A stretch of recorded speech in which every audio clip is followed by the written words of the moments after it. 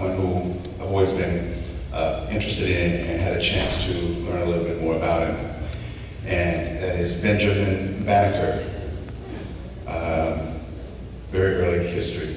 So, Benjamin Banneker, author, scientist, mathematician, farmer, astronomer, publisher, and urban planner, was descended from enslaved Africans, an indentured English servant, and free men and women of color.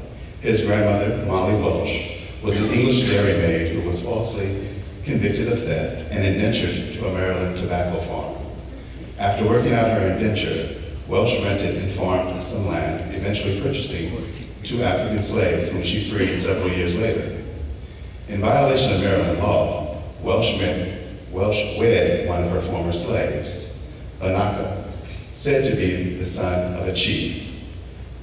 Their daughter, Mary, also married an African, a man from Guinea, who had been enslaved, baptized as Robert, and freed, who took Banneker as his surname upon their marriage in 1731.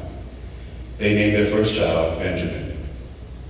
Young Benjamin grew up in Baltimore County, one of 200 free blacks among a population of 4,000 slaves and 13,000 whites. He was taught to read by his grandmother, Molly, and briefly attended a one-room interracial school taught by a Quaker. He showed an early interest in mathematics and mechanics, preferring books to play. At the age of 22, having seen only 2 timepieces in his lifetime, a sundial and a pocket watch, Banneker constructed a striking clock almost entirely out of wood, based on his own drawings and calculations. The clock continued to run until it was destroyed in a fire 40 years later. Banneker became friendly with the Ellicott brothers, who built a complex of grist mills in the 1770s. Like Banneker, George Ellicott was a mathematician and amateur astronomer.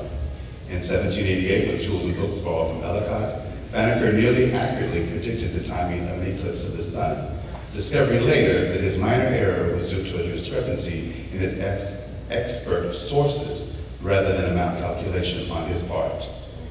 In 1791, Banneker, accompanied by Major Andrew Ellicott, to the banks of the Potomac to assist him in surveying the new federal city that would become the nation's capital, Washington, D.C.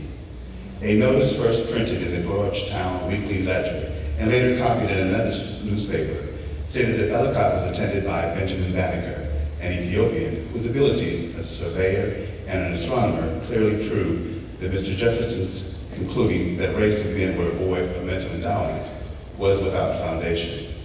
In 1792, Banneker published an almanac based on his own painstakingly calculated tables that also included commentaries, literature, and fillers that had a political and humanitarian purpose. The previous summer, he had sent a copy of the table to Thomas Jefferson, along with a letter in which he challenged Jefferson's ideals about the inferiority of blacks. Between 1792 and 1797, Banneker published 6 almanacs in 28 editions, beginning to live alone, selling off and renting his own land, then giving the rest to the Ellicotts in exchange for a small pension. He died in 1806. On the day of his burial, his house and its contents, including his clock, caught fire and burned to the ground.